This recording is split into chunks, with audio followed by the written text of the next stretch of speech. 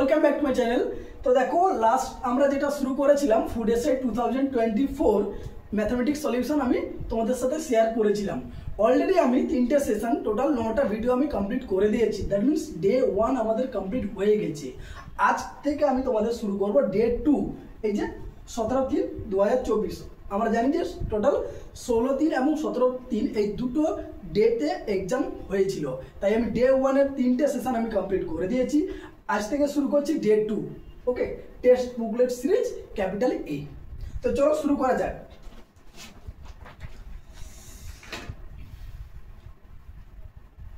One by 3 serial number 1 এবং test booklet series capital A 4th session, যেটা যার question paper booklet series capital এর 3 number question. ওকে, একটা মান বের করতে দিয়েছিল, জাস্ট আমি লিখে দিচ্ছি। দেখো রুট ওভার বড় ছিল, বড় রুট 20 প্লাস, এর ভিতরে আবার রুট 20 প্লাস, এর মধ্যে আবার রুট 25। ওকে, এটার মান বের করতে দিয়েছিল। তো আমরা কি জানি রুট ওভার 25 মানে কত, এটার ভ্যালু কত 5। এটার এই যে রুট ওভার 25 এর ভ্যালু কত 5, তাহলে 20 প্লাস 5 এটা মিলে কত হয়ে গেল 25, তাই তো। তার মানে রুট ওভার 20 প্লাস এটা থাকলো 20, আর এখান থেকে বের হবে এই যে এই রুট থেকে বের হবে 5, তাহলে 5 প্লাস 20 মিলে কত হচ্ছে 25। ওকে, এবার এটার ভ্যালু আবার কত 5, তাহলে 20 প্লাস 5 মিলে আবার কি দাঁড়াচ্ছে root over 25। That means answer কত হবে আমার 5 হবে। বোঝা গেল?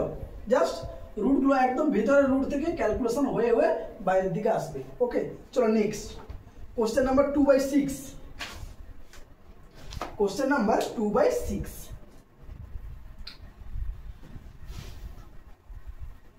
অ্যাটলিস্ট 20 পর্যন্ত স্কোয়ার রুট মুখস্থ রাখতে হবে। 20, 30 যতটা বেশি করতে পারো সেটা তোমাদের লাভ, ঠিক আছে। 30 আর কিউব রুট হচ্ছে অ্যাটলিস্ট 20। ওকে, চলো কোশ্চেন নাম্বার 2 কি বলেছে দেখো। 70 লিটার দুধ ও জলের মিশ্রণে জলের শতকরা পরিমাণ 20%। টোটাল একটা মিশ্রণ আছে যার কোয়ান্টিটি হচ্ছে 70 লিটার। ওকে, এই 70 লিটার মিশ্রণে বলেছে জলের শতকরা পরিমাণ হচ্ছে 20। দুধ ও জলের মিশ্রণ, দ্যাট মিনস মিল্ক আর হচ্ছে ওয়াটার। অলরেডি বলে দিয়েছে ওয়াটার হচ্ছে 20%, জলের মিশ্রণ দুধ ও জলের মিশ্রণে জলের শতকরা পরিমাণ হচ্ছে 20%। তাহলে ওয়াটার যদি 20% হয় তাহলে মিল্ক কত হবে 80%, তাই না। তার মানে আমরা রেশিওটা কি পাচ্ছি 4:1 রেশিওতে করছি। ওকে, এই রেশিও ধরে করছি। দেখো তাহলে আমি টোটাল 70 লিটার দুধ ও জলের মিশ্রণে জলের শতকরা পরিমাণ 20% বলেছিল শতকরা। হ্যাঁ, ওখান থেকে আমি ধরে নিলাম তাহলে কি ওয়াটার হচ্ছে 20% আর মিল্ক হচ্ছে 80%। দ্যাট মিনস রেশিও পেলাম কত 4:1। এবারে আমাকে কি বলেছে দেখো, মিশ্রণটিতে আরো কত লিটার জল মেশাতে হবে যাতে মিশ্রণটি জলের শতকরা পরিমাণ 30% হয়। দ্যাট মিনস এই হচ্ছে আমার টোটাল এখন দুধ ও জলের অনুপাত কত 4:1। এখানে আমি কি মিশাচ্ছি না ওয়াটার মিশাচ্ছি। ওয়াটার মিশালে রেশিওটা আমার কি দাঁড়াচ্ছে বলতো, বলেছে জলের পরিমাণ আমার কত চলে আসবে 30%। তাহলে জলের পরিমাণ যদি 30% হয় তাহলে মিল্কের পরিমাণ কত হবে 70%। কারণ আমরা সবসময় জানি যে টোটাল মিশ্রণ মানে কত 100%। তার মধ্যে যদি জল 70% বলেছে তাহলে 30% বলেছে, জল যদি 30% হয় তার মানে মিল্ক কত হবে আমার 70%। দ্যাট মিনস এখন রেশিও কত হবে 7:3। তাহলে এবারে অঙ্কটা যেটা বলেছে ওটা ভুলে যাও, আমি যেটা বলছি সেটা মনে রাখো। আগে একটা মিশ্রণের রেশিও দেওয়া ছিল অনুপাত 4:1, ওই মিশ্রণে আমি জল মিশাচ্ছি, মিশিয়ে নতুন একটা মিশ্রণ পাচ্ছি 7:3। আমাকে বলেছে ওই মিশ্রণটা টোটাল 70 লিটারের মিশ্রণ ছিল আগে, তাহলে বলেছে আমি কত লিটার জল মিশিয়েছি যাতে করে আমার নিউ রেশিওটা দুধ ও জলের অনুপাত কত হয় 7:3। তার মানে আমি কি মিশাচ্ছি এখন বলো তো, শুধুমাত্র জল মিশিয়েছি।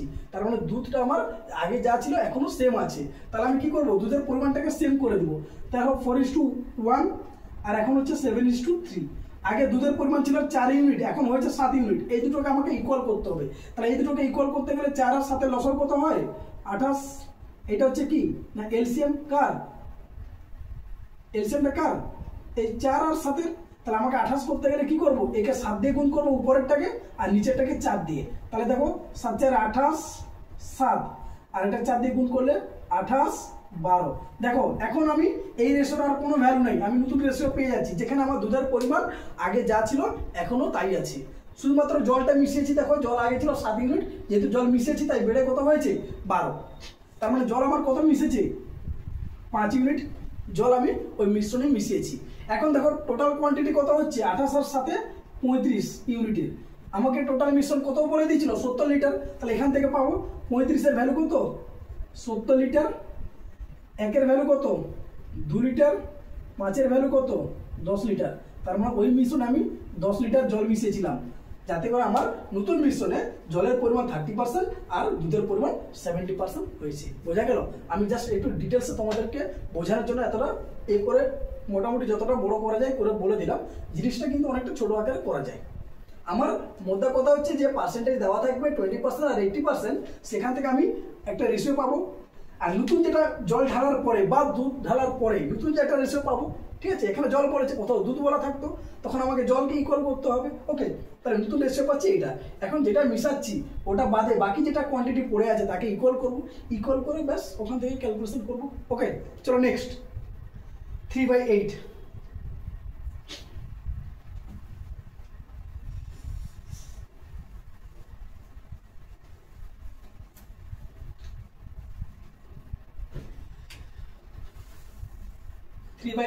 কি বলেছে দেখি, দুজন ব্যক্তির আয়ের অনুপাত দিয়েছে 2:3। দুজন ব্যক্তি, আমি ধরলাম ব্যক্তি তো পার্সন, একজন হচ্ছে P1 আর একজন হচ্ছে P2। এদের আয় মানে ইনকামের রেশিও দিয়েছে কত 2:3। দুজন ব্যক্তি আমি ধরে নিলাম, একজন হচ্ছে P1 একজন হচ্ছে P2, পাবলিক 1 পাবলিক 2। তাদের ইনকাম মানে আয়ের রেশিও দেওয়া আছে কত 2:3 এবং খরচের অনুপাত এক্সপেন্ডিচার এর ভ্যালু কত দেওয়া আছে 5:9। দুজন ব্যক্তির আয়ের অনুপাত এবং খরচের অনুপাত দেওয়া আছে। ওকে, লিখে দিয়েছি। যদি দুই ব্যক্তির মাসের শেষে 600 টাকা করে জমা করেন, এই দুই ব্যক্তি, প্রথম ব্যক্তি মাসের শেষে যা ইনকাম করে এবং যা খরচ করে, খরচটা বাদ দেওয়ার পরেও তার মাসের শেষে 600 টাকা থেকে যাচ্ছে। একইভাবে দ্বিতীয় ব্যক্তির ক্ষেত্রেও সেম, উনি যা ইনকাম করেন এবং যা খরচ করেন, খরচটা বাদ দেওয়ার পরেও কিন্তু 600 টাকা আমার হাতে থেকে যাচ্ছে। তারা দুজনের সেভিং কত হচ্ছে, দুজনের সেভিং এর রেশিও, এরও হচ্ছে 600 টাকা, এরও হচ্ছে 600 টাকা এন্ড অফ দ্য মান্থ, মাসের শেষে। ওকে, তাহলে বলেছে প্রথম ব্যক্তির আয় কত, প্রথম ব্যক্তির আয় কত আমাকে এটা বের করতে হবে। ক্লিয়ার? আগে আমরা বলতো সেভিং মানে কি, সেভিং মানে যেটা আমি ইনকাম করছি, আয় করছি, সেখান থেকে খরচটা বাদ দিব। তার মানে সেভিং ইকুয়াল টু কি দাঁড়াচ্ছে বলতো, ইনকাম মাইনাস এক্সপেন্ডিচার। এই হচ্ছে আমার ফর্মুলা। সঞ্চয় সমান হচ্ছে আয় মাইনাস খরচ, আয় থেকে খরচটা বাদ দিলে তবেই তো আমার যেটা পড়ে থাকবে সেটাই তো হচ্ছে সঞ্চয়। ওকে, তাহলে এখানে দেখো 2 ছিল, এখানে 5, এই রেশিওটা আমাকে এই গ্যাপটা ইকুয়াল করতে হবে। এখানে প্রথমে 3 টাকা ধরো, মানে ব্যাপারটা কি দাঁড়াচ্ছে, যে ধরো প্রথম ব্যক্তি 2 টাকা ইনকাম করে 5 টাকা খরচ করছে, ব্যাপারটা সেরকম হয়ে যাচ্ছে, যেহেতু রেশিওতে আছে না, ওই জন্য ওটা আমাদের বুঝতে একটু প্রবলেম হচ্ছে। এই রেশিওকে আমি আগে কনভার্ট করবো। কিসে কনভার্ট করবো দেখো, যাতে করে এই গ্যাপগুলো যেন ইকুয়াল হয়। এখানে দেখো একে বলা হয় রেশিও ব্যালেন্সিং, ব্যালেন্স করছি। দেখো এখানে 2 আর 3 এর গ্যাপ কত 1 ইউনিট, এখানে গ্যাপ কত 5 আর 4 এর 9 এর গ্যাপ 4 ইউনিট। তাহলে প্রথম রেশিওকে আমাকে গুণ করতে হবে নিচের গ্যাপ দিয়ে, আর নিচের রেশিওকে গুণ করব উপরের গ্যাপ দিয়ে। তাহলে কি পাচ্ছি দেখো, 4 2 8, 4 3 12, আর এটাকে যা আছে সেম থাকবে। এবারে দেখো, এবারে P1 কোনটা, এটা P1 এটা P2। তাহলে প্রথম ব্যক্তির আয় দেখো কত 8 টাকা, খরচ কত 5 টাকা, তাহলে সেভিং কত হচ্ছে আমার, বিয়োগ করে দিলে 3 টাকা। দ্বিতীয় ব্যক্তির আয় কত 12 টাকা, খরচ কত 9 টাকা, তাহলে সেভিং কত 3 টাকা। দেখো দুই ব্যক্তির সেভিং কিন্তু ইকুয়াল হয়ে গেছে। অবভিয়াসলি সেভিং তো ইকুয়াল বলে দিয়েছি, তার মানে ডাইরেক্ট বলতে পারি 3 এর ভ্যালু কত 600। 3 এর ভ্যালু যদি 600 হয়, 1 এর ভ্যালু কত, ভাগ করব 200। আমাকে কি চেয়েছে, চেয়েছে প্রথম ব্যক্তির মাসিক আয়। এখন এই রেশিওর আর কোনো ভ্যালু নাই, আমি ব্যালেন্স করে দিয়েছি। প্রথম ব্যক্তির মাসিক আয় কত, এইটা 8, তাহলে 8 এর ভ্যালু কত 1600। জাস্ট যদি আমি এই রেশিওটা এই ফর্মটা যদি বের করতে পারি তাহলে এখান থেকে প্রথম ব্যক্তির আয়, দ্বিতীয় ব্যক্তির আয়, প্রথম ব্যক্তির খরচ, দ্বিতীয় ব্যক্তির খরচ সব কিন্তু বের করতে পারবো। যা কোশ্চেন চাইবে আমি কিন্তু এই ফর্মেট থেকে কিন্তু জাস্ট একের ভ্যালু বের করে নিলে বাকি সব আমি বের করতে পারবো। ক্লিয়ার? তাহলে প্রথম ব্যক্তির আয় কত? 1600 টাকা। চলো নেক্সট 4/9।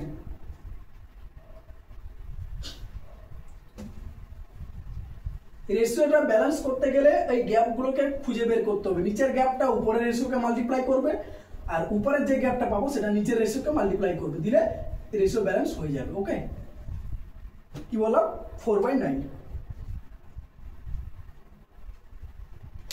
কি বলেছে দেখি, একটি খালি ট্যাঙ্ক এ ও বি 10 মিনিটে ভর্তি করে। এ ও বি মানে এ প্লাস বি দুজনে মিলে কত মিনিটে? 10 মিনিটে। বি ও সি 12 মিনিটে। ওকে, বি প্লাস সি কত মিনিটে করে? 12 মিনিটে। এবং এ ও সি করে 15 মিনিটে, এবং এ ও সি করে 15 মিনিটে। এটা খালি ট্যাঙ্কে এরা দুজন মিলে এই টাইমে ভর্তি করে দেয়। ওকে, নল তিনটি একত্রে কত সময় খালি ট্যাঙ্কটিকে জল পূর্ণ করতে পারবে? বলতে চাইছে যে তিনটে নলকে আমি একসাথে খুলে দিলাম, এরকম দুটো দুটো করে করবো না, আমি তিনটে পাইপকে একসাথেই খুলে দিচ্ছি, তাহলে ওই খালি ট্যাঙ্কটি ভর্তি করতে কত সময় লাগবে? জাস্ট কিছু না, এভাবে লিখবে, লিখে এইরকম যে টেবিলটা আমি বানাচ্ছি ওটা বানাবে। 10, 12, 15 এর এলসিএম কত হয়? এলসিএম হয় 60। তার মানে আমি এলসিএম যেটা সেটা আগের অঙ্কগুলোতে বারবার বলেছি, যেটা এলসিএম বেরাবে তার মানে ওটা তুমি ধরে নিবে যে টোটাল ট্যাঙ্কিটা হচ্ছে 60 ইউনিটের বা 60 লিটারের। ওকে, ওর ক্যাপাসিটি ট্যাঙ্কটা যেটা আমরা ভর্তি করতে চাইছি ওই ট্যাঙ্কটির ক্যাপাসিটি হচ্ছে 60 লিটার। ওকে, জাস্ট এভাবে সেম। এবার 60কে 10 দিয়ে ভাগ করবো, কত হয়? 6। 60কে 12 দিয়ে ভাগ করবো, 12 5 60। 60কে 15 দিয়ে ভাগ করবো, 4। এই যে এটা যেটা পাচ্ছি এটা কি বলতো? এটা হচ্ছে এফিসিয়েন্সি মানে কর্মদক্ষতা। তার মানে এই যে এ আর বি, এই যে দুটো পাইপ একদিনে 6 ইউনিট জল ভর্তি করে। একদিনে কত ইউনিট জল ভর্তি করে? 6 ইউনিট জল ভর্তি করে। এটা হচ্ছে তাদের এফিসিয়েন্সি। বিওসি একদিনে কত করে? 5 ইউনিট জল বা 5 লিটার জল ভর্তি করে।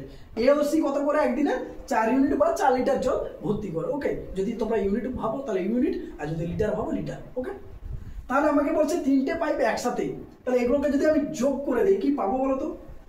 জাস্ট এফিসিয়েন্সিটাকে আমাদের এই এফিসিয়েন্সির দরকার, কারণ আমরা জানি কি সময় সমান কি টোটাল কোয়ান্টিটি মানে টোটাল ক্যাপাসিটি বাই টোটাল আমাদের এফিসিয়েন্সি, এটা দিয়ে ডিভাইড করব।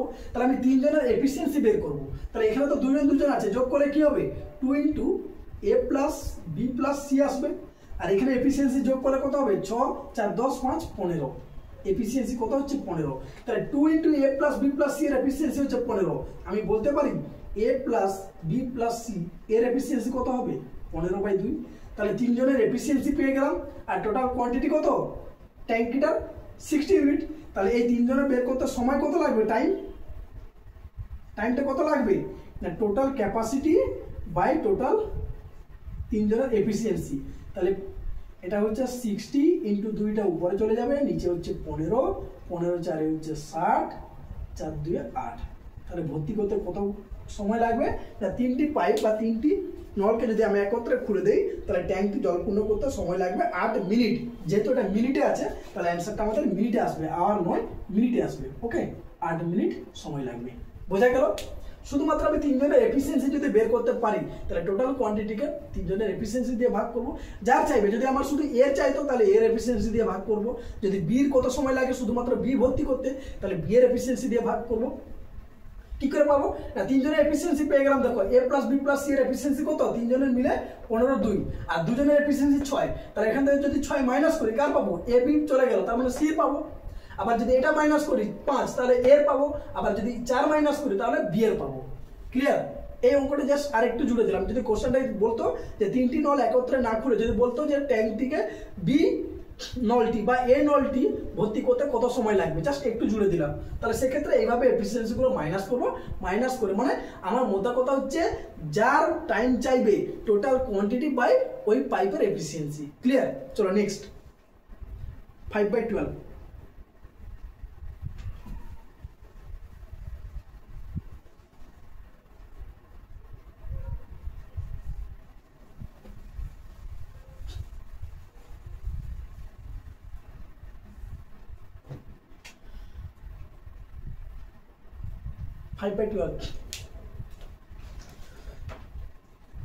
বার্ষিক 8% সরল সুদের হারে 5000 টাকা 2 বছরের চক্রবৃদ্ধি সুদ ও সরল সুদের অন্তর্গত।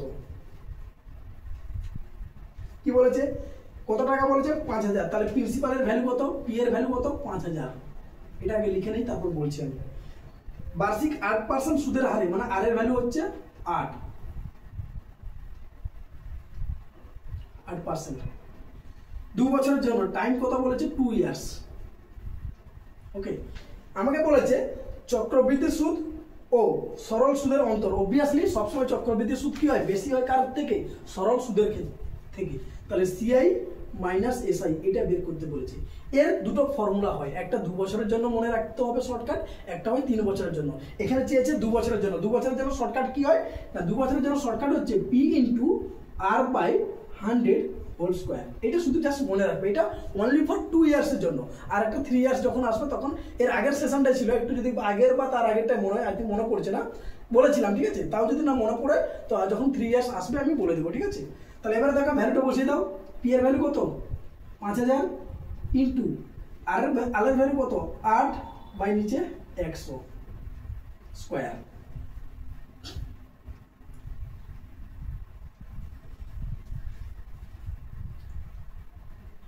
আর বাই 100। ওকে, আর এর ভ্যালু এটা, ঠিক আছে?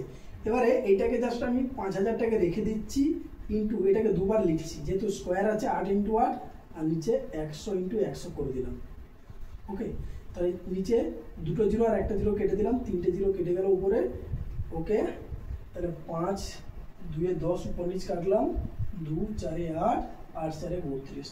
তাহলে বার্ষিক 8% সরল সুদের হারে 5000 টাকার 2 বছরের চক্রবৃদ্ধি সুদ ও সরল সুদের অন্তর হচ্ছে 32 টাকা। ওকে, চলো নেক্সট। শুধুমাত্র এই ফর্মুলাটা একটু মনে রাখবে, 2 বছরের জন্য পি ইন্টু আর বাই 100 তার হোল স্কোয়ার। নেক্সট 6/15। কি বলেছে দেখো, দুটি সংখ্যার গুণফল 1575 এবং ভাগফল বলেছে 9/7। আমি ধরে নিচ্ছি সংখ্যা দুটি এ ও বি, যেখানে এটা বি এর থেকে বড়। ওকে, তাহলে দুটি সংখ্যার গুণফল এ গুণিতক বি। অবভিয়াসলি দুটি সংখ্যার গুণফল আর ভাগফল দেওয়া আছে, তার মানে অবভিয়াসলি একটা বড় হবে একটা ছোট হবে। যদি সমান হতো তাহলে ভাগফল কিন্তু সবসময় 1 হতো। ওকে, ভাগফল কত হতো? যদি দুটো সংখ্যা সমান হয়ে যায় তার মানে 5/5 ভাগ করে কত হয়? 1 আসে।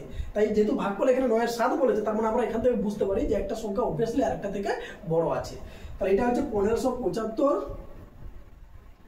এবং এ বাই বি কত বলেছে? 9/7। এখান থেকে ডাইরেক্ট বলতে পারি বড় সংখ্যা যেটা, ফর্মুলা কি জানো তো? বড় সংখ্যা বের করার ফর্মুলা হচ্ছে গুণফল গুণিতক ভাগফল। কি বললাম?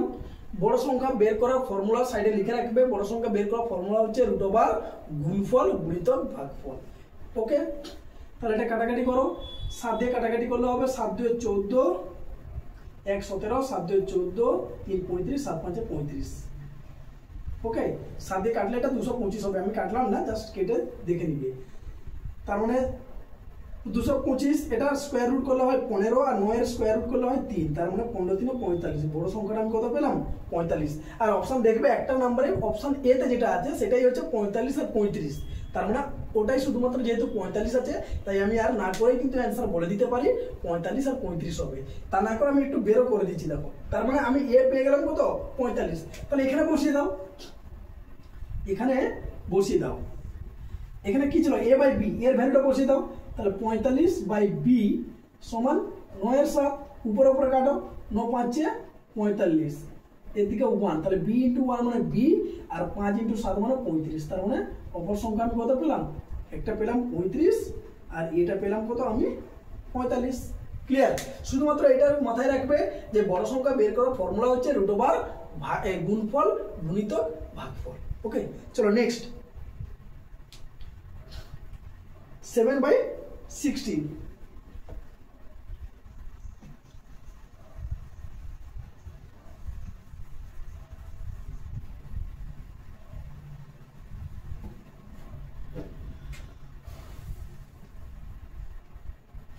কি বলেছে? 87⁻19 - 6, 87⁻19 - 6 divided by 88 87 to the power 19 minus 6 কে 88 দ্বারা যদি ভাগ করা হয় বা ভাগ করলে ভাগশেষ কত হবে? অঙ্কটা হচ্ছে এটাই। 87 টু দি পাওয়ার 19 মাইনাস 6 এই সংখ্যাটিকে 88 দ্বারা যদি আমি ভাগ করি তাহলে ভাগশেষ কত হবে? ক্লিয়ার? তো এবারে দেখো এটা একটু করা যায়, এই ডিটেলসে একটু নাম্বার সিস্টেম যখন চ্যাপ্টার শুরু করবো প্লেলিস্টে দেখবে, সেখানে আমি বলে দেবো। এখানে একটু শর্টে কিভাবে করতে হয় জাস্ট একটু বলে দিচ্ছি, ঠিক আছে? দেখো এই নাম্বারটা সবসময় এর থেকে এক বেশি থাকে, যেটা ভাগ করতে বলা হয় ওই নাম্বারটা ইন জেনারেল যে অঙ্কগুলো থাকে দেখবে সবসময় এক বেশি থাকে। তার মানে আমি সেপারেটলি যদি এই নাম্বারটাকে এইটা দিয়ে ডিভাইড করি তাহলে কি পাবো রিমাইন্ডার বলো তো? -1। তার মানে -1 whole to the power 19 minus 6 by 88 এটা লেখা যায়, ঠিক আছে?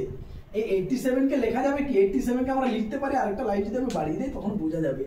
আরেকটা লাইন যদি বাড়িয়ে দেই তাহলে বোঝা যাবে। এটাকে আমি লিখতে পারি 88 minus 1 whole to the power 19 minus 6 by 88। এখন এটা পুরোটাকে ডিভাইড করলে, এটা পুরোটাকে এদিকেটাকে ডিভাইড করলে -1 হয়, তাহলে -1 হোল টু দি পাওয়ার 19 যেরকম আছে আর -6 বাই 88। শুধু মাথায় রাখবো যে গ্যাপটা -1 এক কম থাকে, এই জন্য এটা -1 এর whole to the power 19 minus 6 যেরকম আছে বাই নিচে কত হবে? 88। কেন এটা করলাম? এটা যখন পরে আমি ডিটেলসে নাম্বার সিস্টেম চ্যাপ্টার শুরু করবো তখন ওখানে কিন্তু বলে দেবো, ঠিক আছে? এটা এই মুহূর্তে মনে রাখো যে সবসময় এটা এক ছোট হবে এবং অবভিয়াসলি যে সংখ্যাগুলো দেওয়া থাকবে দেখবে এক ছোট হয়, তাহলে ওটা ডাইরেক্ট -1, যদি বড় হয় তাহলে +1 করবো। ওকে, তাহলে -1 এর পাওয়ার 19 মানে কত হচ্ছে? -1 মাইনাস 6 বাই 88, তার মানে আমার দাঁড়াচ্ছে -7 বাই 88। যদি এইরকম একটা ফ্র্যাকশন আসে যার উপরের নাম্বারটা নেগেটিভ, সেক্ষেত্রে আমার কি হয় না ওই নেগেটিভ নাম্বারের সাথে নিচের সংখ্যাটা যোগ হয়ে যায়, যেটা দাঁড়াবে সেটাই হচ্ছে ভাগশেষ। কত হলো? 81। তাহলে এই পুরো সংখ্যাটাকে 88 দিয়ে যদি ডিভাইড করি সেক্ষেত্রে আমার ভাগশেষ কত দাঁড়াবে? 81। ক্লিয়ার? বোঝা গেল?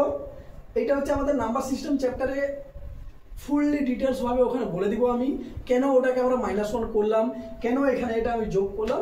জাস্ট এখন একটু মনে রাখো যে এই নাম্বারটা সবসময় এর থেকে এক কম হয়, কম হলে এইভাবে লেখা যায়, লিখে করে তাকে রিমাইন্ডার, মানে এটাকে আমি পার্টিকুলার শুধু এই নাম্বারটা যদি 88 দ্বারা ডিভাইড করি সেক্ষেত্রে আমার ভাগশেষ কত আসবে? -1। তাহলে -1 পাওয়ার যেটা আছে সেটা 19 থাকবে আর বাকি 6 থেকে গেল। তাহলে -1 এর পাওয়ারে অড নাম্বার মানে কি? -1 মাইনাস 6 যোগ করে কত হয়? -7 বাই 88। এখন -7 কে 88 দ্বারা ডিভাইড করা মানে ছোট সংখ্যা, তাহলে ডিভাইড করতে গেলে কি করতে হবে? রিমাইন্ডার যেটা দিয়ে ডিভাইড করছে সেটা যোগ করে দিলে আমি কিন্তু সঙ্গে সঙ্গে রিমাইন্ডারটা পেয়ে যাবো। এটা হচ্ছে শর্টকাট, এটা হচ্ছে শর্টকাট। কেউ ভাববে না যে -7 বাই 88 মানে -7 প্লাস 88, ওই নর্মাল সিস্টেম ইকুয়ালটা ওটা ভাববে না, ঠিক আছে? এটা জাস্ট রিমাইন্ডার বের করার, ভাগশেষ বের করার শর্টকাট। ওকে, চলো নেক্সট। 8 বাই 19।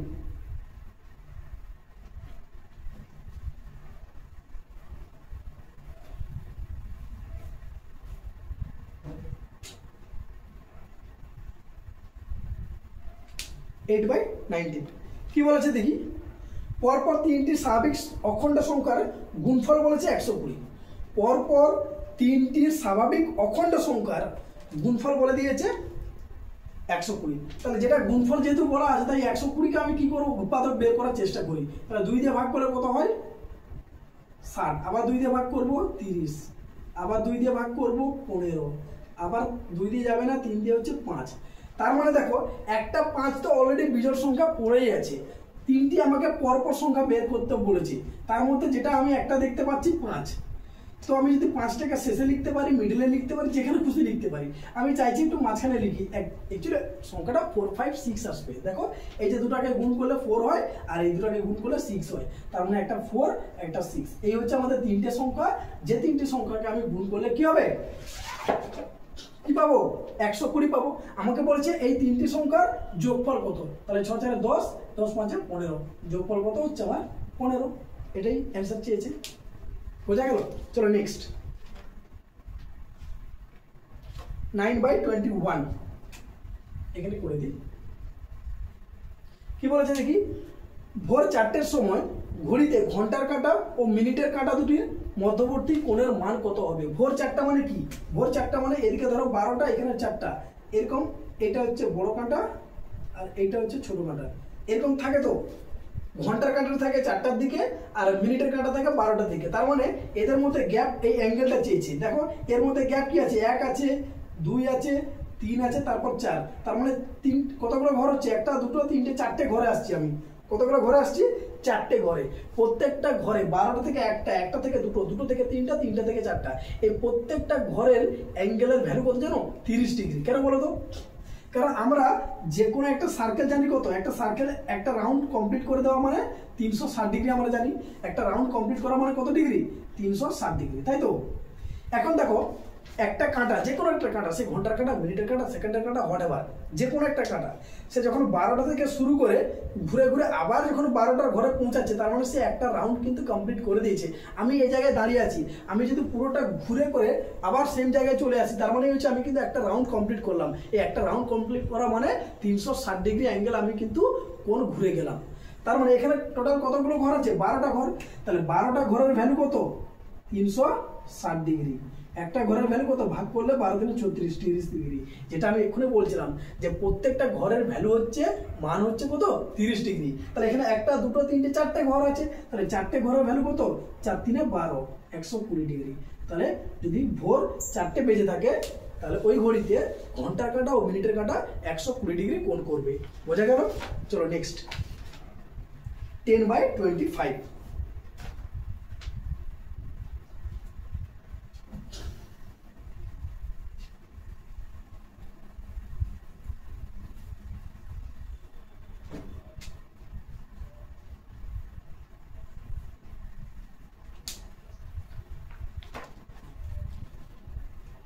বার্ষিক 5% হারে 900 টাকা 2.2 এর 9 বছরের চক্রবৃদ্ধি সুদ কত? একটু লিখে নেই।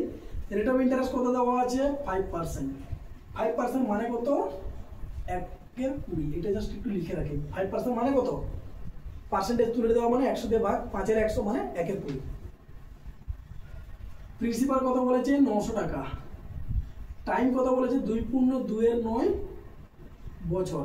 এটাকে একটু ভেঙে নেব, 2 ইয়ার্স প্লাস 2 এর 9, 2/9 ইয়ার্স। ভেঙে দিলাম, জাস্ট 2 বছরটাকে আলাদা করে বের করবো আর 2 এর 9 বছরটা আলাদা করে বের করবো। ওকে, এটা বের করলে আমরা করতে পারবো। তাহলে এইটার কি চেয়েছে, চক্রবৃদ্ধি সুদ, সিআই চেয়েছে। কম্পাউন্ড ইন্টারেস্ট কত হবে এটাই চেয়েছে।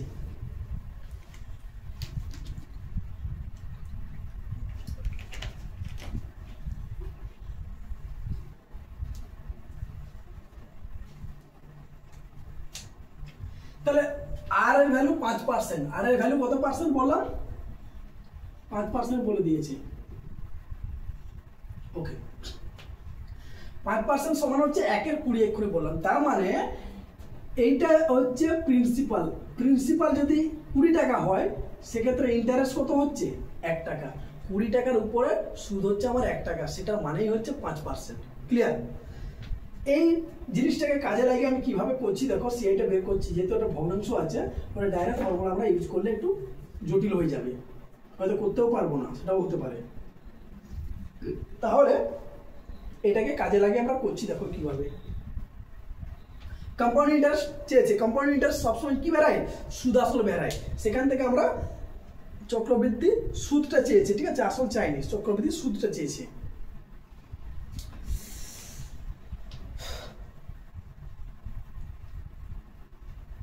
চলো করা যাক। তাহলে এইটা যদি হচ্ছে প্রিন্সিপাল, আসল যদি হচ্ছে 20 টাকা, তার উপরে ইন্টারেস্ট কত হচ্ছে, 1 টাকা। তার মানে আমার সুদ আসল মিলে কত হচ্ছে, 21 টাকা। ওকে, তাহলে এইটা হচ্ছে ফার্স্ট বছর, এটা হচ্ছে সেকেন্ড বছর, আর থার্ড বছরটা ধরছি। থার্ড বছরটা পুরো বছর কমপ্লিট হয়নি, 2 এর 9 বছর নিয়েছি, মানে থার্ড আমি লিখে রাখলাম জাস্ট, ঠিক আছে। এটা হচ্ছে আসল আর এটা হচ্ছে অ্যামাউন্ট, মানে এটা হচ্ছে মূলধন আর এটা হচ্ছে সুদ আসল। তাহলে মূলধন যদি প্রথম বছরে কত হচ্ছে, 20 টাকা, সুদ আসল মিলে কত হচ্ছে, 21 টাকা। দ্বিতীয় বছরেও সেম, 20 টাকা, সুদ আসল মিলে কত হচ্ছে, 21 টাকা। তাহলে আমি পরপর 2 বছর কিন্তু বের করে নিলাম। এবার আমার 3 বছরের পালা। 3 বছর 2 এর 9 বছরের জন্য বের করব। 3 বছরটা পুরো কমপ্লিট হয়নি, থার্ড টাইমটা পুরোটা কমপ্লিট হয়নি, সেটা আমাকে এই 5% কতটা, 5% হচ্ছে আমার কি বলবো, ওটাকে জাস্ট ভাষাটা কি বললাম, 1 বছরের জন্য 5% হচ্ছে 1/20 যেটা, ওটা হচ্ছে 1 বছরের সলিউশন, কিন্তু আমাকে 1 বছর তো নয়, আমাকে 2 এর 9 বছরের জন্য বের করতে হবে। তো আগে একটু ক্যালকুলেশন করে নিই। দেখো 1 বছরের জন্য 5% রেট অফ ইন্টারেস্টের ভ্যালু কত হচ্ছে, এটা 1/20। তা আমাকে বের করতে হবে 2 এর 9 বছরের জন্য। তাহলে এক্ষেত্রে কি হবে না, 1/20 ইন্টু গুণ হয়ে যাবে 2 এর 9, তাহলে এটা কাটাকাটি হলে কত হবে 10, তার মানে হচ্ছে কত আমার 1/90। তার মানে এই লাস্ট যেটা, সেক্ষেত্রে প্রিন্সিপাল যদি আমার 90 টাকা হয়, ইন্টারেস্ট কত হবে 1 টাকা। তার মানে এটা আমি কত পাচ্ছি 90 আর এটা 91। এই হচ্ছে রেশিওগুলো দেওয়া আছে।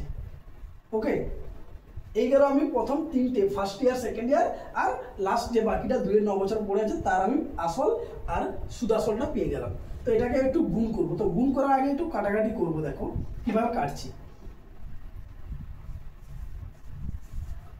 কিভাবে কাটছি সেটা একটু দেখো। এটাকে কাটবো 3 7 21, 3 7 21। এই রোকে আমি 3 আর 3 মানে টোটাল 9 দিয়ে গুণ কেটে দিয়েছি, 9 দিয়ে। তাহলে 90 কে 9 দিয়ে কাটলে কত হয় 10, আর কিছু কাটাকাটি যাবে না। একে আমি 9 দিয়ে কাটলাম, আর একে 3 দিয়ে, আর একে 3 দিয়ে, মানে এদিকে আমি 9 দিয়ে কেটেছি, এদিকেও 9 দিয়ে কেটে দিয়েছি। কাটাকাটি আমার সেম, ঠিক আছে, কোনো প্রবলেম নেই। তাহলে 20 20 মানে কত হচ্ছে 2 2 4 আর 4টে 0, 4000 টাকা হচ্ছে আমার টোটাল আসল। আর সুদ আসলটা কত হচ্ছে এটা একটু গুণ করতে হবে, আমি বলে দিচ্ছি কত হবে। 4 4 4 4 5 9, তাহলে সুদ কত হবে 459, জাস্ট বিয়োগ করে দেবো। এটা আসল আর এটা হচ্ছে সুদ আসল, তাহলে এখান থেকে বিয়োগ করলে 459 আমার কি বেরাচ্ছে, সুদ বেরাচ্ছে। ওকে, কিন্তু আসল তো 4000 বলেনি, আসল কত বলে দিয়েছিল 900 টাকা। তাহলে 4000 এর ভ্যালুই হচ্ছে 900। কি বললাম, 4000 এর ভ্যালুই হচ্ছে 900। এদিকে করছি, তো 4000 এর ভ্যালু হচ্ছে 900, 459 এর ভ্যালু চাই বের করতে হবে। তাহলে এর ভ্যালু কি করে বেরাবে, 900 ইন্টু 459 বাই 4000, এটা সলভ করলে বেরাবে। তো দুটো 0, এখানে দুটো 0 কেটে দাও। ওকে, তো এবারে এটাকে কাটাকাটি করবে, আর তো যাবে না কিছু দিয়ে, জাস্ট গুণ করে 40 দিয়ে ভাগ করবে। ভাগ করলে যেটা পাবে সেটা হচ্ছে 103.275। এটাকে রাউন্ড অফ করে অ্যান্সার দেওয়া আছে অপশনে 103.28, এটাই দেওয়া আছে এবং এটাই অ্যান্সার হবে। যেহেতু 2 7, 3 নম্বর টার্মটা 5 হয়ে যাচ্ছে, 5 বা 5-এর বেশি হলে আগের টার্মটা 1 যোগ হয়, তাই 7টা 8 হয়ে গেছে এবং এটাই অপশনে দেওয়া আছে। তাহলে চক্রবৃদ্ধির সুদ কত হবে, ওটাই হবে। কি করে বের করলাম, যেহেতু ফ্র্যাকশনে আছে 2 বছর 2 পূর্ণ 2 এর 9 বছর দেওয়া আছে, তাই এখানে আমরা কিন্তু চাইলে ডাইরেক্ট ফর্মুলা ইউজ করতে পারবো না, ক্যালকুলেশন অনেকটা জটিল হয়ে যাবে। ঠিক আছে, তাই আমি 2 বছরের আলাদা করে বের করলাম। 5% মানে হচ্ছে 1/20, তার মানে আমার আসল যদি 20 হয়, সুদ আসল মিলে কত হচ্ছে 21 টাকা। তাই 2 বছর সেম 20 20 21 21 বেরাবে। আর বাকি যেটা থাকলো যে ফ্র্যাকশনটা, সেটা আমি কি করলাম, রেট অফ ইন্টারেস্টের সাথে মাল্টিপ্লাই করে দিলাম। মাল্টিপ্লাই করে কত পাচ্ছি 1/90। তার মানে লাস্ট পার্টটার আসল যদি আমার 90 টাকা হয়, সুদ হবে 1 টাকা। তাহলে সেক্ষেত্রে আমার 90 আর 91 হলো। এটাকে জাস্ট গুণ করবো, গুণ করার আগে একটু কাটাকাটি করে ছোট করে নিলাম, নাহলে সংখ্যাটা অনেক বড় আসবে। বড় ওটা দিয়েও অ্যান্সার হবে, হবে নাকি হয়ে যাবে, কিন্তু সংখ্যাগুলো একটু বড় আসবে। ঠিক আছে, তাহলে এক্ষেত্রে গুণ করার পর দেখলাম কি আসল আমার কত হচ্ছে 4000 টাকা, আর সুদ আসল কত হচ্ছে 4459 টাকা। তাহলে আমার সুদের কত পাচ্ছি 459 টাকা। এবারে 4000 এর ভ্যালু 900, যেহেতু আসল কত 900 বলেছে, তাহলে 459 এর ভ্যালু কত বের করলাম এটা। ঠিক আছে, চলো নেক্সট 11/29।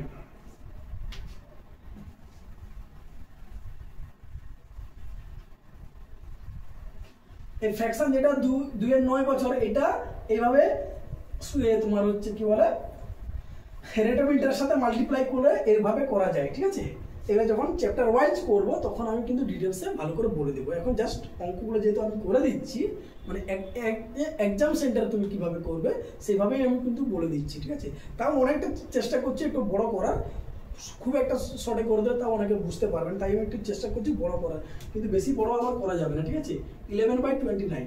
এখানে একটা সিরিজ দেওয়া আছে, সিরিজটা কি 189 189 64 25 216 কোশ্চেন মার্ক, এই একটা সিরিজ দেওয়া আছে। তাহলে বুঝতেই পারছো যে কোশ্চেন মার্ক যেটা আছে তার ভ্যালুটা চাইছে। তো 1 কে আমরা লিখতে পারি 1 এর স্কোয়ার, 8 কে লিখতে পারি 2 এর কিউব, 9 কে লিখতে পারি 3 এর স্কোয়ার, 64 লিখতে পারি 4 এর কিউব। তার মানে বুঝতেই পারছো 1 2 3 4 5 6 এটা হচ্ছে 5 এর স্কোয়ার, এটা হচ্ছে 6 এর কিউব। তার মানে অবভিয়াসলি এটা 7 এর স্কোয়ার, মানে কত হবে 49 হবে অ্যান্সার।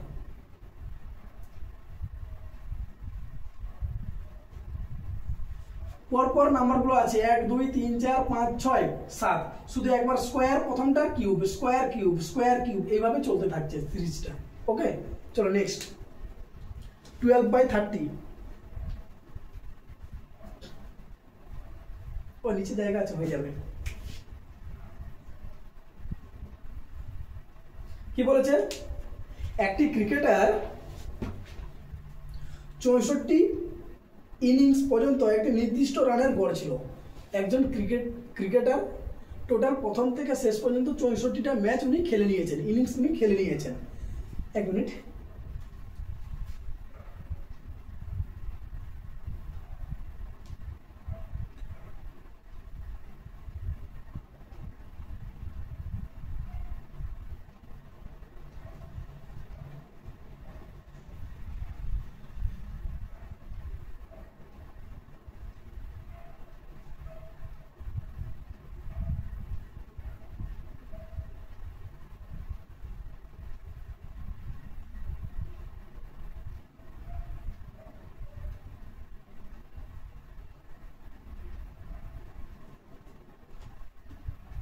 সরি, ওকে, কোথায় ছিলাম, 12/30। কি বলেছে, এক ক্রিকেটার 64 ইনিংস পর্যন্ত একটি নির্দিষ্ট রানের গড় ছিল। তার মানে একজন ব্যাটসম্যান ক্রিকেটার উনি প্রথম থেকে শেষ পর্যন্ত 64টা ইনিংস বা 64টা ম্যাচ উনি খেলে নিয়েছেন। ওকে, তো টোটাল 64টা ম্যাচ খেলার পর উনার একটা অ্যাভারেজ একটা রান রেট আছে, গড়ে একটা রান রেট কিছু একটা ছিল, কিন্তু তার ঠিক পরের ম্যাচ মানে 65তম ইনিংস উনি কত রান করেছেন, 0 রান করেছেন।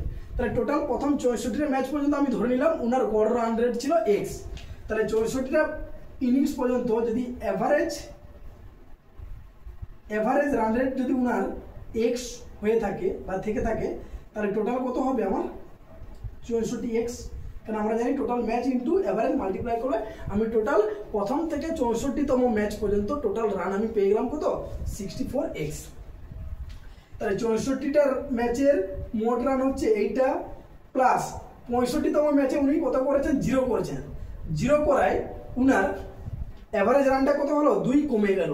টোটাল প্রথম থেকে 65তম ম্যাচ পর্যন্ত অ্যাভারেজ রানটা 2 কমে গেল। তার মানে এখন অ্যাভারেজ কত হবে, x-2, এখন অ্যাভারেজ হচ্ছে এটা। তাহলে এখন টোটাল কত, 65টা ম্যাচের টোটাল হচ্ছে 65 ইন্টু x-2, আর এখানে 65টা ম্যাচের আমি টোটাল পেয়ে গেলাম। এটাকে সলভ করলে হবে 65 গুণ করলে হবে 65x, 64xটা ওদিকে গেলে মাইনাস হয়ে যাবে, শুধু x পড়ে থাকবে। 65 ইন্টু 2 মানে হচ্ছে -130, এদিকে চলে আসলে +130।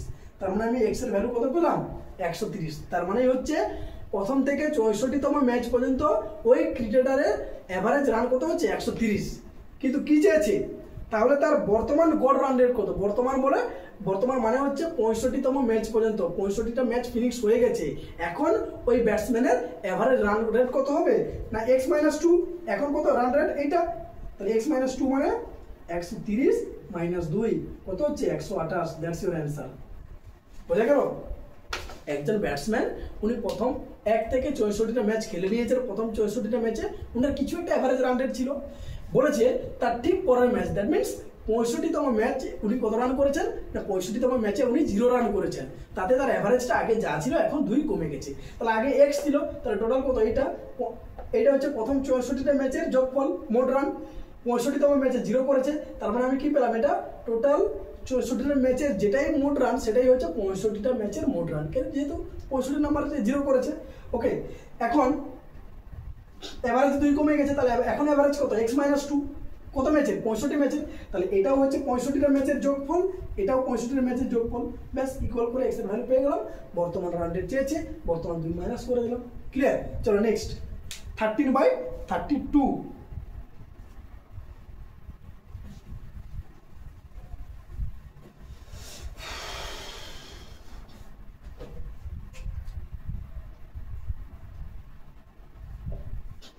কি বলেছে, প্রথম 100টি স্বাভাবিক বিজোড় সংখ্যার সমষ্টি কত?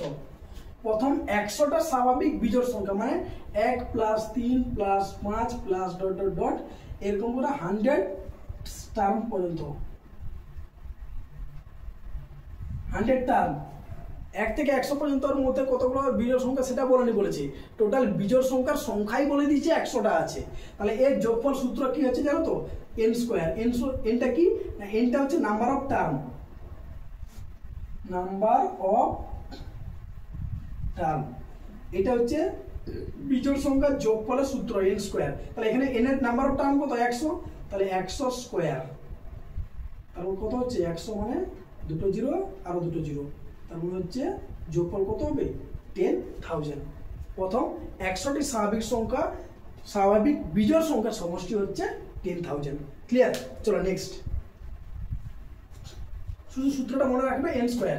বিজোড় থাকলে হয় n স্কয়ার, জোড় থাকলে আলাদা হয়। ঠিক আছে, অনেক ব্যাপার আছে, শুধু পড়াশোনা করতে হবে, পড়াশোনা ছাড়া কিচ্ছু হবে না, অনেক কিছু মনে রাখতে হবে, সব কিছু ভুলে গেলে কিন্তু কিছুই হবে না। চলো নেক্সট, 14/35 কি বলেছে দেখো। স্টার স্থানে কোন অঙ্ক বসলে, একটা স্টার মানে একটা নাম্বার আছে, নাম্বার মাঝখানে কোথাও একটা স্টার দেওয়া আছে, তো নাম্বারটা আগে বলে দেই। 5432 স্টার 7 বলেছে স্টারের মান কত হলে সংখ্যাটা আমার 9 দ্বারা ভাগ যাবে। সংখ্যাটা কত দ্বারা ভাগ যাবে? 9 দ্বারা ভাগ যাবে। তাহলে আগে বলি 9 দ্বারা ভাগ করার নিয়ম কি? না, যে সংখ্যাটা থাকবে ওই সংখ্যার প্রত্যেকটা অঙ্ক, এগুলোকে বলা হয় 5 4 3 2 স্টার 7, এগুলোকে কি বলা হয়? অঙ্ক, বা ইংলিশে বলা হয় ডিজিট। তাহলে যে সংখ্যার প্রত্যেকটা অঙ্কর যোগফল যদি 9 দ্বারা ভাগ যায় তবেই সংখ্যাটা আমার 9 দ্বারা ভাগ যাবে। কি বললাম? কোন একটা সংখ্যার প্রতিটি অঙ্ককে যোগ করলে যোগফল যদি 9 দ্বারা ভাগ যায় তবে আমার সংখ্যাটা কিন্তু 9 দ্বারা ভাগ যাবে। তো যোগফল 9 দ্বারা ভাগ যায় মানেই হচ্ছে দেখো এখানে যে ডিজিটগুলো দেওয়া আছে না, এখানে যে ডিজিটগুলো দেওয়া আছে ওইগুলো কোন কোন ডিজিটগুলোকে যোগ করে যদি 9 পাওয়া যায় সেগুলোকে ক্যান্সেল করে দেই। কারণ দেখো ডিজিটকে যোগ করে আমি 9 পাচ্ছি, তাকে যোগ করে যাই পাবো ওই 9-এরই মাল্টিপুল হবে, তাই না? তাহলে দেখো এখানে 5 আর 4 যোগ করলে কত হয়? 9 হয়, তাহলে এটাকে ক্যান্সেল করে দাও, আমাকে যোগ করার দরকার নেই। 7 আর 2 যোগ করলে কত হয়? 9 হয়, ক্যান্সেল করে দাও। তাহলে বাকি পড়ে থাকলো 3, তাহলে এই 3 এর সাথে কত যোগ করলে 9 হবে? না 3 এর সাথে 6 যোগ করলে 9 হবে। তার মানে আমি বলতে পারি স্টারের ভ্যালু আমার কত হবে? 6। তবেই তো 6 3 9 হবে। সবগুলো যদি 9 হয় যোগফল 9 এর মাল্টিপল হবে, তাহলে 9 দ্বারা ভাগ যাবে। ক্লিয়ার? কি করে পেলাম? আমি যোগ করে বাকিটা এত ক্যালকুলেশন, একটা জটিল ক্যালকুলেশন আছে, একটু করলে ওটা কিন্তু দেখবে শেষ পর্যন্ত 6 বেরোবে। আমি ওটা চাইছি না, আমি চাইছি কি আমার যোগফল তো 9 দ্বারা ভাগ যাবে। তার মানে এখানে যে সংখ্যাগুলো থাকবে প্রত্যেকটা ডিজিটকে যদি আমি যোগ করে করে যদি 9 পেয়ে যাই প্রথমে, তাহলে আমি আগেই কিন্তু ক্যান্সেল করতে পারি। এখানে যেগুলো 9 হয়েছে সেগুলোকে এখানেই বাদ দিয়ে দেবো, বাকি যেটা পড়ে থাকবে তারপরে দেখা যাবে। তো বাকি এখানে একটা পড়ে আছে 3, তো 3 এর সাথে আমি তো জানি 6 যোগ করলে 9 হয়, তার মানে স্টারের ভ্যালু আমার কত হবে? 6 হবে। ওকে, চলো নেক্সট 36, 15/36 কি বলেছে দেখো। বার্ষিক 10% সরল সুদে, বার্ষিক 10% হার নয়, এটা হারে হবে, ঠিক আছে? বার্ষিক 10% হারে সরল সুদে কোনো আসল 10 বছরের সুদে মূল্যে কত গুণ হবে? কোনো আসল 10 বছরের সুদে মূল্যে কত গুণ হবে? ওকে, তো ব্যাপারটা হচ্ছে কি, রেট অফ ইন্টারেস্ট অফ 10% বলেছে, টাইমও বলে দিচ্ছে 10 বছর, সুদে মূল্যে কত গুণ হবে। এটা জাস্ট ফর্মুলা যদি এই টাইপের কিছু থাকে, সেম থাকে, তাহলে এক্ষেত্রে ফর্মুলা একটু মনে রাখবে। ফর্মুলাটা হচ্ছে rate of interest into time, RT/100 - 1, কি বললাম? সরি, +1, RT/100 +1, এই হচ্ছে আমাদের ফর্মুলা। কত গুণ হবে দিলে বেরিয়ে যাবে। তাহলে দেখো RT মানে কত? 10, আর এর ভ্যালু সময় 10, নিচে 100 + 1, তাহলে 0 0 0 0 ক্যান্সেল, মানে এদিকে 1 1 + 1, তাহলে কত গুণ হবে? না দ্বিগুণ হবে। কত গুণ হবে? দ্বিগুণ হবে। ঠিক আছে, এটা জাস্ট ফর্মুলা একটু মনে রাখবে। চলো নেক্সট, 16/37 18 পর্যন্ত করব, ঠিক আছে? পার্ট 1, প্রথম পার্টটা 18, second part 17, then second part 17 দিলে আই থিঙ্ক কমপ্লিট হয়ে যাবে, তাই তো? 18 আর 17 মিলে কত হচ্ছে? 35 না, 18 17 15 ওকে, চলো কি বললাম 16/37 কি বলেছে দেখো, মন দিয়ে শুনো। একটি ট্রেন একটি ল্যাম্পপোস্টকে 10 সেকেন্ডে এবং 50 মিটার দৈর্ঘ্যের প্ল্যাটফর্মকে 14 সেকেন্ডে অতিক্রম করে। একটা ট্রেন একটা ল্যাম্পপোস্টকে অতিক্রম করছে, তার মানে ট্রেনটা শুধুমাত্র তার নিজের দৈর্ঘ্য যাচ্ছে। ক্লিয়ার? একটা ল্যাম্পপোস্ট, একটা মানুষ, ঠিক আছে, বা একটা গাছ, এই টাইপের যখন ভাষা থাকবে তার মানে বুঝে নেবে যে সময়টা দেওয়া আছে কত, 10 সেকেন্ডে একটা ল্যাম্পপোস্টকে অতিক্রম করে যাচ্ছে, অতিক্রম করছে। তার মানে হচ্ছে ট্রেনটি 10 সেকেন্ডে শুধুমাত্র নিজের দৈর্ঘ্যটা গেছে। নিজের যা দৈর্ঘ্য, ধরেন আমি 100 মিটার ধরলাম, তাহলে ট্রেনটি 10 সেকেন্ডে 100 মিটার যায়। ক্লিয়ার? একটা ল্যাম্পপোস্টে অতিক্রম করা মানে ট্রেনটি তার নিজের দৈর্ঘ্য যায়। এবং 50 মিটার দৈর্ঘ্যের প্ল্যাটফর্মকে 14 সেকেন্ডে অতিক্রম করে। একটা প্ল্যাটফর্মকে অতিক্রম করা মানে ট্রেনটি নিজের দৈর্ঘ্য প্লাস প্ল্যাটফর্মের দৈর্ঘ্য, এই দুটো দৈর্ঘ্য শুধুমাত্র 14 সেকেন্ডে সে কমপ্লিট করে দিয়েছে। তার মানে এখানে আমি একটা বুঝতে পারছি, জাস্ট একটু বুঝে বলে দিচ্ছি। দেখো 10 সেকেন্ডে সে যাচ্ছে শুধুমাত্র ট্রেনের দৈর্ঘ্য, টিএল, ট্রেনের লেন্থটাকে আমি দৈর্ঘ্যটাকে টিএল বলছি। তাহলে 10 সেকেন্ডে সে যাচ্ছে শুধুমাত্র নিজের দৈর্ঘ্যটা, আর 14 সেকেন্ডে যাচ্ছে নিজের দৈর্ঘ্য প্লাস 50 মিটারের একটা প্ল্যাটফর্ম, তাকে পি দিয়ে ডিনোট করছি। 50 মিটার দৈর্ঘ্যের একটা প্ল্যাটফর্মকে অতিক্রম করছে। তার মানে একটু মাথা খাটিয়ে দেখো, অতিরিক্ত 4 সেকেন্ড সময় লেগেছে কিসের জন্য বলতো? শুধুমাত্র এই 50 মিটার প্ল্যাটফর্মের দৈর্ঘ্যটা যাওয়ার জন্য।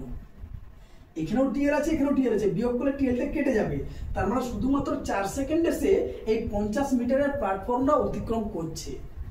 তাহলে এক্ষেত্রে ট্রেনের গতিবেগ কত পাবো? ট্রেনের স্পিড কি পাবো না 15/4 কি মিটার পার সেকেন্ড। আমাকে কি চেয়েছে? ট্রেনটি ঘন্টায় কত কিমি গতিবেগ যাবে। ট্রেনটি ঘন্টায় কত যাবে মানে গতিবেগটা কিলোমিটার পার ঘন্টায় চেয়েছে, আমি মিটার পার সেকেন্ডে পেয়েছি। তাহলে একে আমি 18/5 দিয়ে গুণ করে দিব, তবেই তো পেয়ে যাব কিলোমিটার পার আওয়ার, তাই না? তো এখানে গুণ করবো না, ঠিক আছে, এখানে গুণ করে দিই, 18/5 দিয়ে গুণ করে দেবো, দিলে আমি পেয়ে যাব। ওকে, তাহলে 5 10 2 5 2 2 2 9, তাহলে 9 5 45 কিমি পার আওয়ার। তাহলে ট্রেনটির গতিবেগ আমি কত পেলাম? 45 কিমি পার ঘন্টা পেয়ে গেলাম। মিটার পার সেকেন্ড থেকে 18/5 দিয়ে গুণ করলে কিলোমিটার পার ঘন্টা পাবো। আবার কিলোমিটার পার ঘন্টা থেকে 5/18 জাস্ট উল্টে যাবে, 5/18 দিয়ে গুণ করলে আমি মিটার পার সেকেন্ড পাবো। ক্লিয়ার? শুধুমাত্র 4 সেকেন্ডে নিজের প্ল্যাটফর্মটা যাচ্ছে, এটা শুধু বুঝতে পারলে বাকিটা অঙ্কটা হয়ে যাবে। চলো নেক্সট 17/39 একটা রিজনিং ক্যালেন্ডার থেকে দিয়েছে।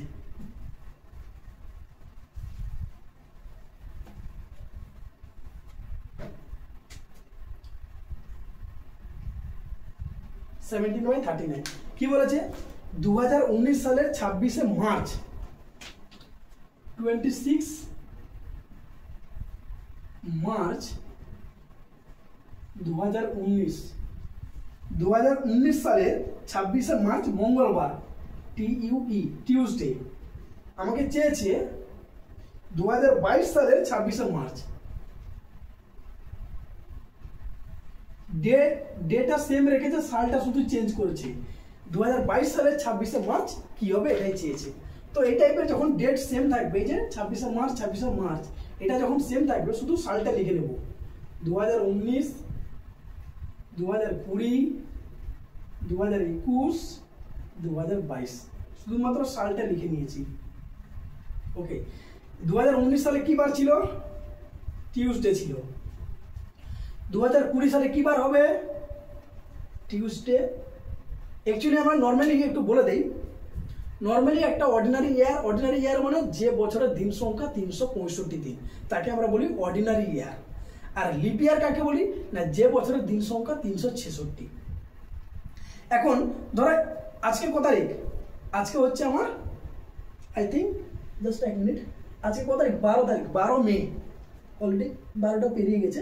12 মে মানে হচ্ছে সোমবার আজকে, তাই তো? সোমবার হয়ে গেছে, অলরেডি 12টা পেরিয়ে গেছে। তাহলে সোমবার, আজকে 12 মে 2024 হচ্ছে কত? সোমবার। তাহলে 12 মে 2025 কি হবে বলো তো? সোমবারটা মঙ্গলবার হয়ে যাবে। ক্যালেন্ডার মোবাইলে যখন থাকবে, ক্লাস যখন করবে ক্যালেন্ডার চেঞ্জ করে করে যাবে, দেখবে 12ই মে 2025 কিন্তু মঙ্গলবার হয়ে গেছে। মানে একটা অর্ডিনারি থেকে আর একটা অর্ডিনারিতে যখন যাব তখন আমার ডেটা কি হবে, একদিন করে বাড়তে থাকবে। শুধু একটু জায়গায় মাথা রাখবো, এই যে অর্ডিনারি থেকে অর্ডিনারি বললাম, তাহলে ঠিক আছে একদিন করে বাড়বে, এটা কোনো প্রবলেম নেই। যখন এই মাঝখানে অর্ডিনারি থেকে লিপিয়ার বা লিপিয়ার থেকে অর্ডিনারি, এই মাঝখানে যখন একটা লিপিয়ার চলে আসবে না, তখন একটু প্রবলেম হয়। অ্যাকচুয়ালি লিপিয়ার তো আমরা জানি প্রতি 4 বছর অন্তর হয়, তাই তো? ম্যাক্সিমাম থাকলে 8 বছর হয়ে যায়, তখন না কোনগুলো না সেই যে সেঞ্চুরি ইয়ারগুলো মাঝখানে পড়ে যায়, যেমন ধরো 1900, 2100, 2200 এগুলো লিপিয়ার নয়, তখনই 4 বছর অন্তর লিপিয়ার হয় না, তখন 8 বছর হয়ে যায়। ওকে, অনেক কথা বলে দিলাম, একটু জাস্ট মন দিয়ে ঘুরে ঘুরে শুনবে, ঠিক আছে? তাহলে এই বললাম যে লিপিয়ার যখন আসে তখন একটু গন্ডগোল হয়ে যায়। তাহলে এবারে দেখো 19 থেকে 20 সালটা কিন্তু লিপিয়ার, এটা অর্ডিনারি ইয়ার নয়। লিপিয়ার হলেই যে এমনি অর্ডিনারি থেকে অর্ডিনারি গেলে 1 বছর 1 দিন বাড়ে, সরি 1 বছরে 1 দিন বাড়ে। এই যে বললাম আজকে যদি সোমবার হয় তাহলে 12ই মে 2025 কিন্তু মঙ্গলবার 1 দিন বেড়ে যাবে। কিন্তু যখন অর্ডিনারি থেকে লিপিয়ারে আসবো তখন একের জায়গায় 2 দিন হয়ে যায়, ওখানে 2 দিন বেড়ে যায়। কখন বাড়ে না, এখানে আমাকে দেখবো কি ডেট দেওয়া আছে, মার্চ মানে আমি অলরেডি ফেব্রুয়ারির 19 তারিখটা পেরিয়ে, ফেব্রুয়ারি পেরিয়ে এপ্রিল পেরিয়ে মার্চে যাচ্ছি। এই ফেব্রুয়ারির 19 তারিখটা পেরোচ্ছি কিনা, মানে ক্রস করে যাচ্ছি কিনা, এটা শুধু আমাকে দেখার আছে। যদি আমি ফেব্রুয়ারি মাসের 29 তারিখটা ক্রস করে যাই তবেই কিন্তু আমার 2 দিন বাড়বে, আদারওয়াইজ কিন্তু বাড়বে না, সে লিপিয়ার হোক আর না হোক। এটা মন দিয়ে শুনবে, কোথাও কিন্তু এই কথাটা কোথাও বলা নাই, অনেক জায়গায় অনেক ক্যালকুলেশন ভুল আছে, তুমি এই লাইনটা কোথাও পাবে না, ঠিক আছে? এটা আমি অনেক নিজে ভেবে অনেক কিছু করে বের করেছি। শুধু মাথায় রাখবে যে আমি লিপিয়ার হলেই যে 2 দিন বেড়ে যাবে, সব জায়গায় এটাই বলা থাকে, সে ইউটিউব হোক, হ্যাঁ বিভিন্ন বই হোক, দেখবে বলা থাকবে অর্ডিনারি ইয়ার থেকে লিপিয়ারে গেলে 2+2 হবে। কেন 2 হচ্ছে? কারণ ওই ফেব্রুয়ারি মাসের 29 তারিখটা ক্রস করে যাচ্ছে কিনা আগে দেখবো, যদি যায় তবেই 2 হবে, আদারওয়াইজ কিন্তু 2 হবে না। আমি যদি একটা এক্সাম্পল দিই, ধরো 2019 সালের 1 জানুয়ারি ধরো সোমবার, কি বললাম 2019 সালের 1 জানুয়ারি সোমবার, তাহলে 2020 সালের 1 জানুয়ারি তুমি তো বলবে স্যার বুধবার হবে, কারণ আমি জানি অর্ডিনারি থেকে লিপিয়ারে যাচ্ছি, লিপিয়ারে ঢুকে যাচ্ছি মানে 2 যোগ করে দেবো, বা লিপিয়ার থেকে অর্ডিনারিতে যাচ্ছি মানে লিপিয়ার হচ্ছে মানে 2 যোগ করে দেবো, কিন্তু ওটা হবে না। আমি 1 জানুয়ারিতে যাচ্ছি, অলরেডি এর পরে কিন্তু ফেব্রুয়ারি মাস রয়ে গেছে, আমি কিন্তু ক্রস করছি না। যতক্ষণ আমি ক্রস করব ততক্ষণ পর্যন্ত আমি +2 অ্যাড করব না, 1 অ্যাড করব। ক্লিয়ার? তাহলে এখানে ক্রস করছি, তাহলে এখানে 2 যোগ হবে, তাহলে মঙ্গলবার ছিল, বুধ বৃহস্পতিবার হবে। এটা কি বার হবে? বৃহস্পতিবার হবে। 2020 সালে 26শে মার্চ হবে বৃহস্পতিবার, কারণ ফেব্রুয়ারি 2029 তারিখটা আমি ক্রস করে যাচ্ছি, তাই +2 অ্যাড করেছি, বাকিগুলো সব 1 অ্যাড হবে। তাহলে বৃহস্পতিবার এটা কি হবে, ফ্রাইডে মানে শুক্রবার, আবার 1 বাড়বে, তার মানে হবে স্যাটারডে। তার মানে 2022 সালে 26শে মার্চ কি বার হবে? শনিবার হবে। বোঝা গেল? এই একটা জিনিস, এইটুকু জিনিসটা বলার জন্য কিন্তু আমি অনেকটা কিছু বলেছি, জাস্ট এটাকে রিমাইন্ডার করে ভালো বলছি, বারবার করে এটাকে জাস্ট বোঝার চেষ্টা করো। লাস্ট বাট নট লিস্ট, ওকে, আমাদের পার্ট 1 এর জন্য এটা লাস্ট, কিন্তু সেশন পরের জন্য কিন্তু লাস্ট নয়, আরো ম্যাথ আছে। ওকে, চলো নেক্সট 18/40। 18/40